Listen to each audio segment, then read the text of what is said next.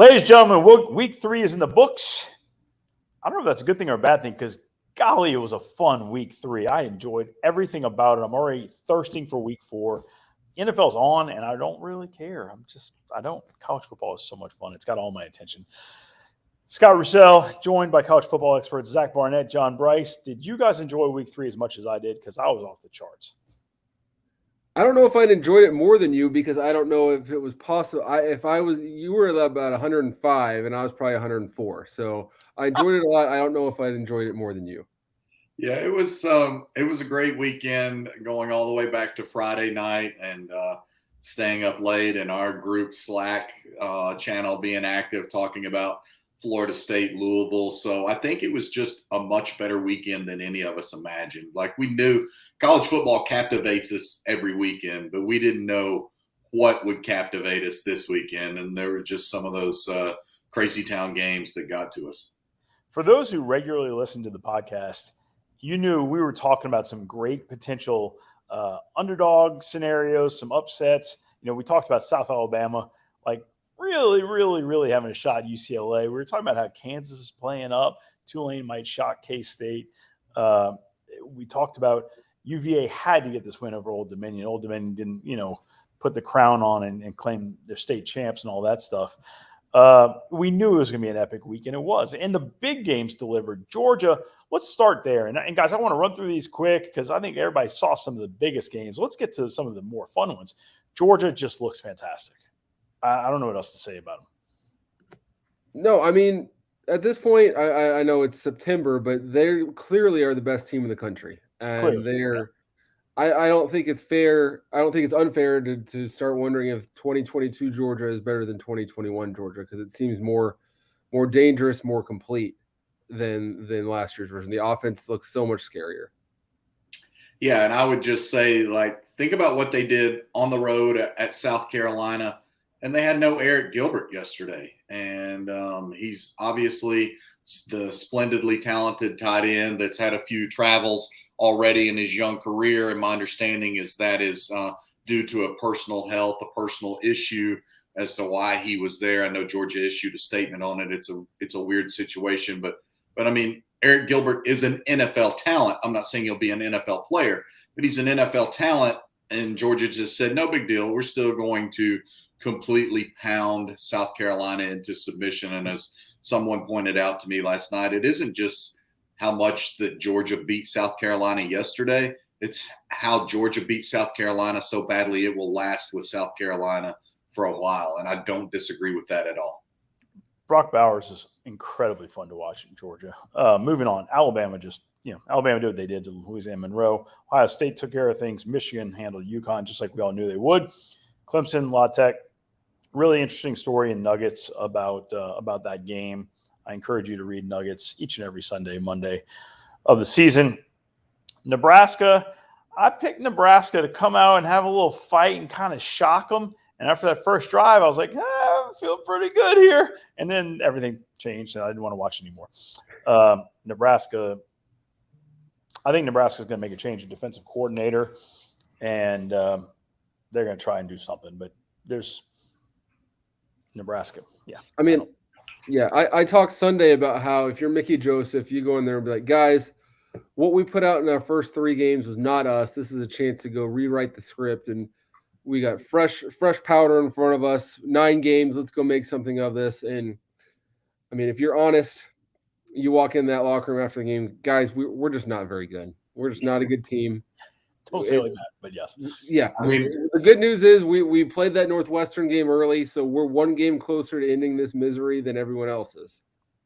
Well, what I would say is, wasn't the chance to be competitive and the opportunity to potentially win a game why Nebraska and Trev Alberts literally struck a match to $7.5 million as it pertained to firing Scott Frost? Nothing about yesterday's game looked like the $7.5 million sacrifice that Nebraska has made. There's 2 more weeks. Maybe they win those 2 games and get rolling, and you say, okay, this is why they did it. And I've had so many college people ask me, did Nebraska negotiate down? Why didn't they do this? Well, they did it, and we've debated both sides of it, but they did it to give the kids a chance, to give the rest of that coaching staff a chance nothing about Saturday's performance looked like it was worth it. The first week is a $2.5 million sacrifice. That didn't look like it. Hold on, though. There were reports against Georgia Southern that I think students or some sort of fans were chanting "Fire Frost." So I can't imagine how ugly that scene would have been at Memorial Stadium if they were getting housed like that and Frost was still coaching the team. At least at that point, you've told your fans, like, hey, we get it. We're moving on. If Frost was coaching and you're getting beat by 40 by your oldest rival, it would have been so ugly. Have you ever seen $2.5 million burning, Zach? Because I haven't. Is that uglier than what booing would have been? They signed a $10 billion TV deal. Nebraska will be fine. I hear you on all counts, but yeah, I ain't burning $7.5 million. Thank you. I'm with JB on that one. So USC looked really good. I don't know when you dive into that one right now. Oklahoma State handled everything. Kentucky stretched their legs, took care of Youngstown State. Bobby Petrino, I think we all, Zach Rode and Nuggets, I don't know if we saw this coming. I think we all did see this coming. Bobby Petrino was going to load up and give it everything he got, and they played a really good football game. At some point, the horses just showed up and just won the race. That's the way I see that game, and I think it was a good game for everybody. Yeah, I thought the best thing, and I tuned into Sam Pittman's press conference post-game yesterday. I love this comment. He said, I can't say that they were the better team because our team won. I'm not going to take that away from our guys. But I'll tell you what, Bobby Petrino was the better coach because I got out-coached today, and I've got to do a better job. I love the message that sends. I don't know that I've ever, since he became a head coach, heard Sam Pittman with a misstep in a press conference. But that one yesterday I thought was one of the best things I've heard from a coach in a really long time. Yeah, great point. Yeah, I think if you told me, Missouri State goes in and takes a lead, wouldn't have been surprised. Obviously, Petrino can scheme with anybody, but 17-0 and then 27-17 in the fourth quarter, it took Arkansas a lot longer to wake up than I expected them to. Washington played as well as I thought they were. That's a big win for that program. It just is. There was a lot of excitement. It felt good in Husky Stadium for the first time in a really long time, in my opinion.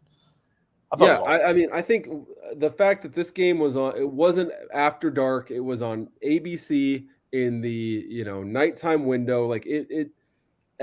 Everything went as it should. It was easy. I guess it was not easy, but there was no buts about it. They went out there in a big game, big atmosphere, and looked like the superior team against a top 15 Michigan State team. And it shows, what a difference the right head coach and the right quarterback can make. So I feel very happy for everyone at Washington because it was a long time coming. Agreed. It was a good hire. Kalen DeBoer is a good football coach. Oregon shows up in a big way. Good for them. Good for Dan Lanning and his squad.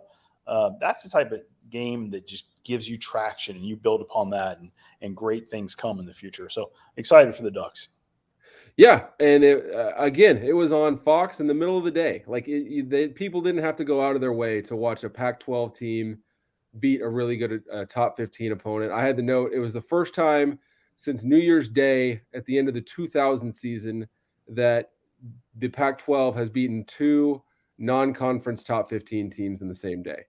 And wow. So it was a long time coming, and great for Dan Lanning and all them to hit refresh on that Georgia game. It wasn't fair to judge their performance against Georgia. So if that's what Oregon's going to be the rest of the season, then they're going to have a great year.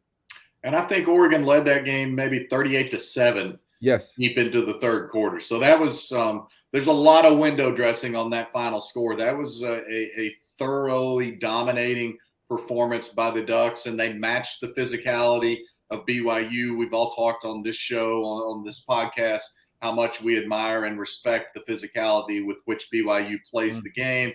Oregon was not physically ready in the opener against Georgia, but rose up and matched the physical challenge yesterday. Pretty ugly student chant out of the Oregon student section during the game yesterday that's been addressed online and even caused the Utah governor to weigh in. So that was a blemish on the game, but on the field, the Oregon Ducks looked really, really good. I don't don't know if it's a respect thing or a disrespect thing, but I watched a lot of Texas A&M Miami. I watched most of the game, and it was just stunning to me.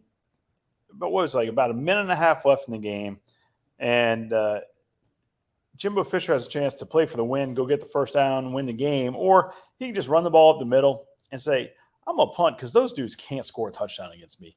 And that's what he did. He ran the ball up the middle. It was a 1-yard dive. Miami had to burn their final timeout. A&M punts. A&M's getting the ball with like a minute and a half. And you just knew there was no way Miami was going to move the ball. Just none. Miami's offense was atrocious. And when Miami actually got the ball to the red zone, it got worse. It got really worse. And then I'm like, man, Mario, go for a touchdown, dude. Quit calling field goal. But then I was like, yeah, but your offense hadn't moved the ball. Not at all in the red zone. I mean, I think they might have had not a yard in the red zone. It was horrible. Well, and here's the thing, though. He makes that move. I think you tweeted it last night, and I agreed with you and agreed with Jimbo and all of that. Put it on the shoulders of your defense. They've been staunch all day. Miami did move the ball a little bit, and I think across midfield, moving towards in Aggie's territory, needing both a touchdown and a 2-point conversion. So they would have had to almost truly double their offensive output to force overtime. But Van Dyke made a great throw. And if you watch on the 4th down play, I think 4th and 5, the ball literally goes through the receiver's hands. He turns around and does this and watches the ball literally go through his hands. And so they had some offensive issues, but I don't think it was incompetence or lack of ability. It was a whole lot of lack of execution. And maybe that was being on a big stage in a hostile environment amidst this transition for the first time all year. Although let's be clear here, Miami's offense was pretty bad, and they thoroughly outgained A&M. They got 27 first downs. They were. So you're saying A&M's offense is not great? Yeah, and That's I mean, really great. Like if the bounce, if A&M's first touchdown came on a muff punt, and the A&M recovered, A&M muffed a punt and got it back. Flip those two things, Miami probably wins the game. And what are we talking about right now? We're talking about, it was ugly, but at least Miami won. And what's going on with A&M? Their offense, different quarterback, same problems. So the defense, they've given up 26 points in 3 games. Like defense, if you want to tell me it's a top 5 unit in the country, I won't argue you. But the offense it's going to be a slog for them this season. I didn't realize. I mean, now that you say that, it's kind of registering. I didn't realize A&M's defense had been that stout. Interesting. Utah handled San Diego State like we thought. Tennessee handled Akron just like we thought. NC State actually won a game that they needed to win at home. You know, they should have won it, but they actually won it. So that's good. Yeah. Tech program is probably not ready to go on the road to a hostile environment against a top 20 team and win that game, but I think Tech actually outgained NC State in the game, but NC State looked like the better team, at least in my eyes, throughout. Like they took the lead and they never gave it back. Baylor handled Texas State like they should. Florida's way more competitive with South Florida. Florida got the win, which is important for them, but South Florida was, better than people thought, better than I thought. Yeah, and that was an interesting game because of all the commonalities between those head coaches, between Coach Scott and Coach Napier, and Napier having the relationship with Jeff Scott's dad as well. So there was a lot of mutual respect there. Florida had chances early to put it away. The Gators did not do so. Then they were really, really lucky to win late in the game. And it took USF having 2, not 1, but 2 blown snaps inside the final minute to 90 seconds to have Florida win that game in regulation and not need overtime, setting the stage for ESPN and Game Day to be in Knoxville next Saturday on Rocky Top for a huge top 20 clash to see who will be runner-up to Georgia in the SEC East. Yeah, I mean, I know Anthony Richardson was everybody's week 1 Heisman winner, and well-deserved. That was a great win over Utah, but he has struggled a lot the last 2 weeks. He's no touchdowns. Still haven't thrown a touchdown. No touchdowns, 4 interceptions, something around, the 5 or 6 yards per attempt numbers. Like He looks like an inexperienced quarterback with a lot of natural talent that still has some growing to do. And we're going to get to this later in the week, but it looks like it's going to be a coronation day for Tennessee, because Florida, they're not as good as they played against Utah. They're not that good.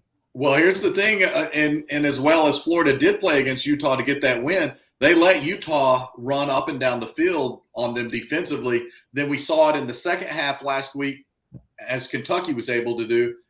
And we're saying, okay, well, that's Utah and that's Kentucky. But then we saw it a whole lot Saturday night from South Florida.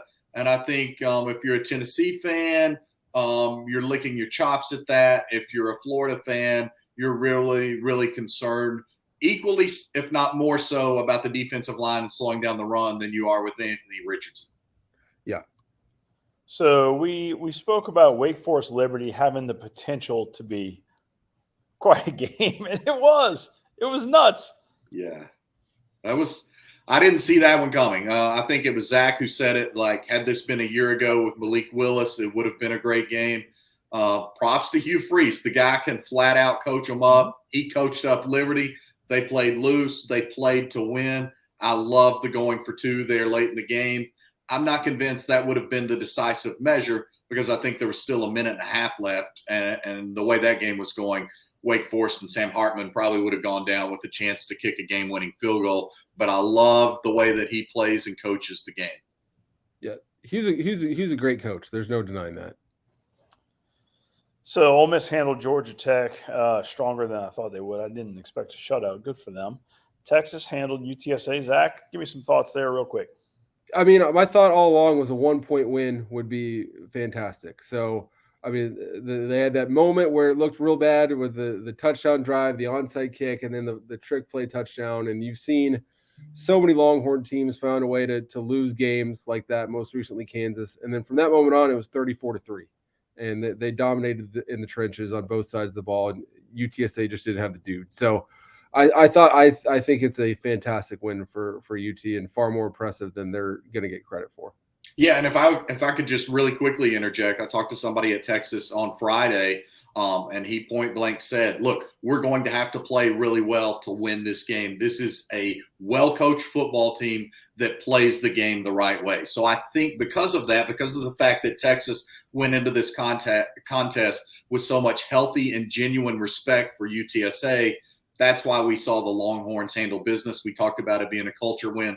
Absolutely believe this is as big a statement for Texas right now as what it did a week ago against Alabama. Agree. So bold predictions. I went real bold, suggesting Auburn would have a far better season than anyone expected. Yeah. Thought they'd find a way to win this game against Penn State. I was wrong. I don't think Brian Harson's getting that shoulder ride that you talked about. No. Scott, it might be a different ride out of the stadium, but it's not going to be a shoulder ride. You could lose that game if you're Brian Harsin and Auburn, if you're competitive like you were a year ago in Happy Valley. You were not competitive at home with that kind of atmosphere. And I think Penn State played multiple quarterbacks and still rang up 41 points on Auburn. Just a disastrous win down on the plains, and it does not spell any sort of optimism for what rests down the road for the Tigers.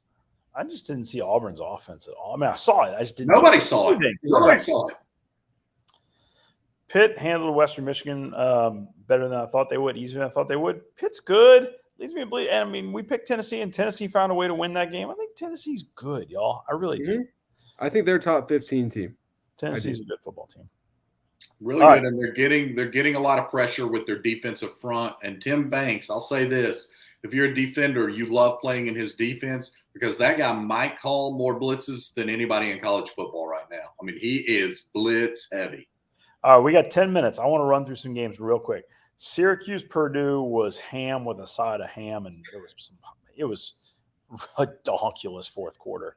Did you guys get to see the fourth quarter? I saw the highlights to know that Purdue absolutely let me down as the one man who stood on the Football Scoop Island and picked the Boilermakers. And they had that game won despite having thrown a pick six, underhanded basket toss, square weave, whatever you want to call it. They still had that game won 29-25 and found a way to lose. But credit Syracuse for finding a way to win. Purdue didn't lose. I'm telling you, Yeah. Syracuse, that last play was nuts because Syracuse wasn't even doing great in that last little drive. But that last play, I couldn't believe that guy caught that ball. It was unbelievable. I've written twice about how good Syracuse has played this year, so I'm glad to see them go out and prove me right. Miami of Ohio played well early. Cincinnati outlasted them. If anybody's got anything to say it. If not, I'm moving on. West Virginia, I'm very glad, showed up and just handled Towson. Neil Brown needed that in a big way. He needs more. Coastal Carolina remains undefeated with a win over Buffalo. Good for them. South, I'm telling you guys, South had UCLA. They had it. South was going to win the game. Yeah. Kane called a bizarre fake field goal that I'm not sure I understand. I'm not sure he understands it. I'm not sure anyone understands it.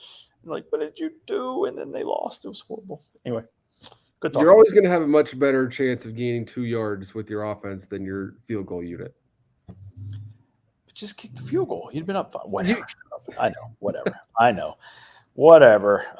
Virginia got Old Dominion right at the end. Tony Elliott's team probably needed that. That's good. Mm-hmm. All right, talk to me about Notre Dame Cal.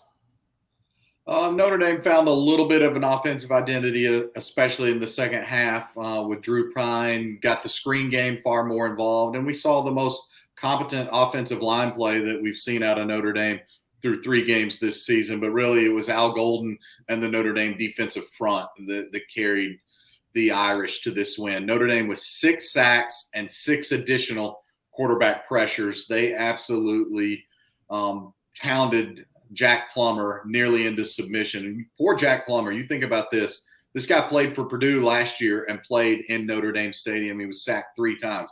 So in 2 years, he's been sacked 9 times, hurried 12 times, and I think knocked down 16 times by the Notre Dame defense. That's a whole lot of reason to have nightmares about angry leprechauns moving forward. I thought Cal looked like it's got some absolute dudes, and I give a lot of credit to Justin Wilcox and Peter Sermon, 2 of the top coaches for the Golden Bears, for the way that they had Cal playing, especially the way that the Cal defense did a lot of good things. Notre Dame was able to scheme them up a couple of times, slip some backs out of the backfield and get into the seam. No Notre Dame wideouts had any receptions downfield. Notre Dame only threw the ball over 10 yards 3 times in the game, Scott, as you give me the crazy eyes.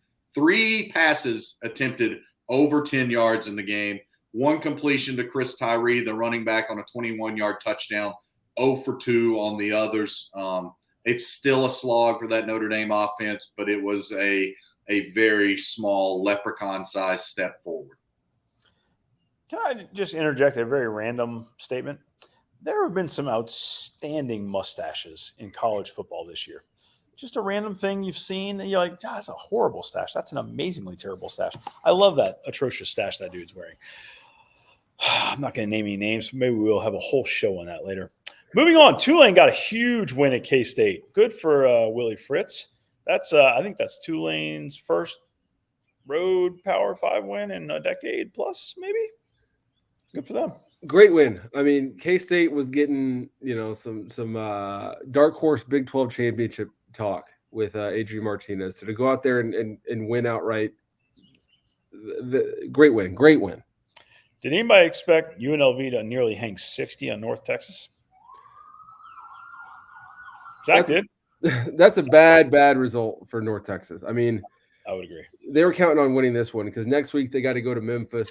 And Memphis's quarterback is Seth Hennigan, who's from Denton. His dad's a coach at Powerhouse Ryan High School. So he'd probably like to go out and drop 4 or 5 touchdowns on his hometown team. So now you're likely staring at a 1-3 non-conference schedule in the face. So bad loss. How about Minnesota just beating people up?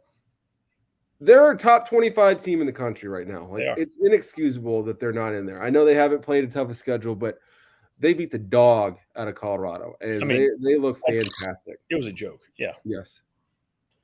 It's not very good for Colorado. Moving down the list, App State Troy happened. Man.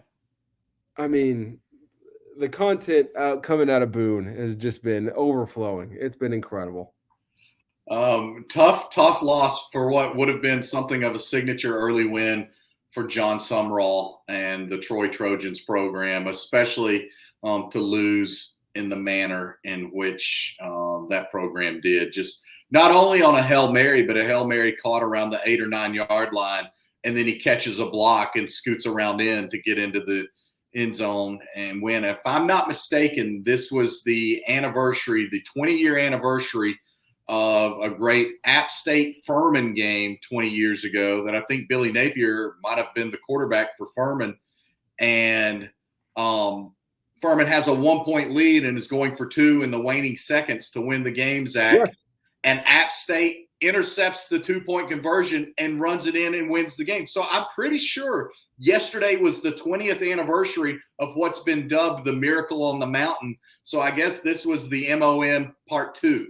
Well, I don't even know. I saw that. That's amazing. Thank you for bringing that up. But also, I don't even know if you can call this a miracle because Sean Clark said they practiced that specific situation where the Hail Mary where it's too far to get into the end zone. You do the volleyball tap or whatever you want to call it. And then at that point, you're just running a toss sweep, basically. He's got a lead blocker. Like they call that play Boise. And I'm not quite sure it's really a parallel to the amazing miracle from Boise from that Fiesta Bowl, but I mean it worked to perfection, exactly like they drew it up.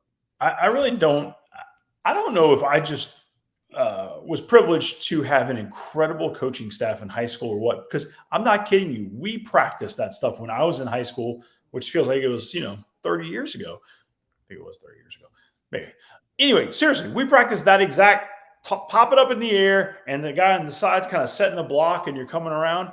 It worked to perfection. It was fantastic. It was so fun to watch. I was like, I did that. Long story. Your team was better coached than mine was. My team was well coached, to be honest. Okay, Houston gets done by Kansas in a big way. Lance Leipold, stand up. Basketball schools. Everybody's winning, Zach. Everybody's winning. I'm furious that game day is not going to be in Lawrence. We got 3-0 Duke at 3-0 Kansas. Maryland's 3-0. Kentucky's 3-0. Sorry, Mark Stoops, for lumping you into these other basketball schools. Indiana's 3-0. UCLA's an ugly 3-0. But I mean, Kansas, I was going through my head this morning if I was going to rank the Big 12 teams. I have Kansas at 6, and that might be too low. Like, we all think Houston's a good team. Texas Tech barely beat them at home, and then Kansas goes to Houston. Not that it's a difficult place to play, but they go to Houston and just stomp them. Like, they're good. They're not just Kansas good. They're good. They beat them so badly they had Houston players fighting one another on the sideline. And the only thing I would say about Zach, your great reporting, is that, bro, you need to stay in your lane. Just like Mark Stoops told John Calipari, stay in your lane with that basketball school talk. I enjoyed that immensely. I just had to double check a score. Bowling Green beat Marshall? How did I even miss this? I think that obviously we know that Marshall had some chaos on its offensive staff, completely unexpected mid to late week. And also if you peek at the schedule a little bit, not making excuses for anybody, and you got to credit Bowling Green, especially after having lost in 7 overtimes last weekend to FCS Eastern Kentucky. But I bet you Marshall just got a little bit guilty of peeking ahead to App State next week, and what a game that would have been. And it will still be a great game, but it does take a little shine off those green Buffaloes. LSU's defensive line just beat Mississippi State's offensive line. I don't know how to explain that one any better because I didn't think LSU played exceptionally well. I didn't think Mississippi State played all that poorly, other than when LSU needed to stop, they got to stop. When Mississippi State needed to move 2 yards, 1 yard to get a first down, they couldn't. Yeah, I mean, I think we all kind of expected Mississippi State's offense to hit that well-oiled machine point at this. I mean, Will Rogers has been there, his 3rd year now, and they looked like it was game 1 for them. Like they made Mississippi State look all sorts out of sync. Maryland SMU seemed to play the game we all thought they'd play. We all thought it'd be, I was thinking it was going to be like 50-50. But, Maryland got the dub, 7-point win, kind of where we thought it'd play out. Yeah, and SMU quickly turns the page to the biggest iron skillet game ever, or at least in like 50 years, as TCU comes to town this week. And a big win for Loxley and company. You know, they were a bowl team a year ago. They bring Talia Tagovailoa back this year. A lot of expectations for growth in that program. They had to get this 3-0 start. Here they are. Big congrats to Mike Bloomgren's squad. Winning versus UL snapped the nation's longest winning streak, right? Yeah, it had to end at some point. I did not see it ending at Rice Stadium. Oregon State is playing very well. University of New Mexico beats UTEP. NDSU might have had a shot. They really had a shot. They had a really good shot, and then Arizona came back and won. I mean, we talk about program wins. That's a program win. If you went 1-11 last year to beat a team that goes out and wins a national championship every single year, program win. Great win for Jed Fish. Agreed. Yep. I stayed up late on that one just because I might have been on an island, much like I was with Purdue. So at least I drowned on one island and survived on one island with my Arizona pick. Herm Edwards is not going to make it. I don't think I'm shocking anybody when I say that. Kudos to Eastern Michigan social team. You play to win the game. And with that, the Football Scoop podcast is over. Thank you, football gods, for week 3. Alcorn, if I'm not mistaken, if my statisticians did not lie to me, Alcorn is the first SWAC team to notch a win against McNeese State. Alcorn went on the road, beat McNeese 30-19, really controlled that game. So shout out to Freddie Mac, Fred McNair, and the Braves, a big-time win. Shout out to Deion Sanders and Jackson State, ahead only 21-17 at halftime against Hugh Jackson and Grambling. Deion Sanders so mad, as we wrote about, he could barely do his on-field interview. And all Jackson State did in the second half was outscore Grambling 45-7. So Alcorn back on track, a big-time win, and Jackson State doing things that we're not used to seeing in terms of dominance in the SWAC. It's good to have college football back, boys. Football Scoop Podcast. Like, share, review, tell your friends, all those good fun things. Enjoy your Sunday, everybody. We'll be back. The site will be hot and kicking tomorrow morning. Things are happening. Nebraska's making a change. I'm letting you know. We'll talk soon. We're out.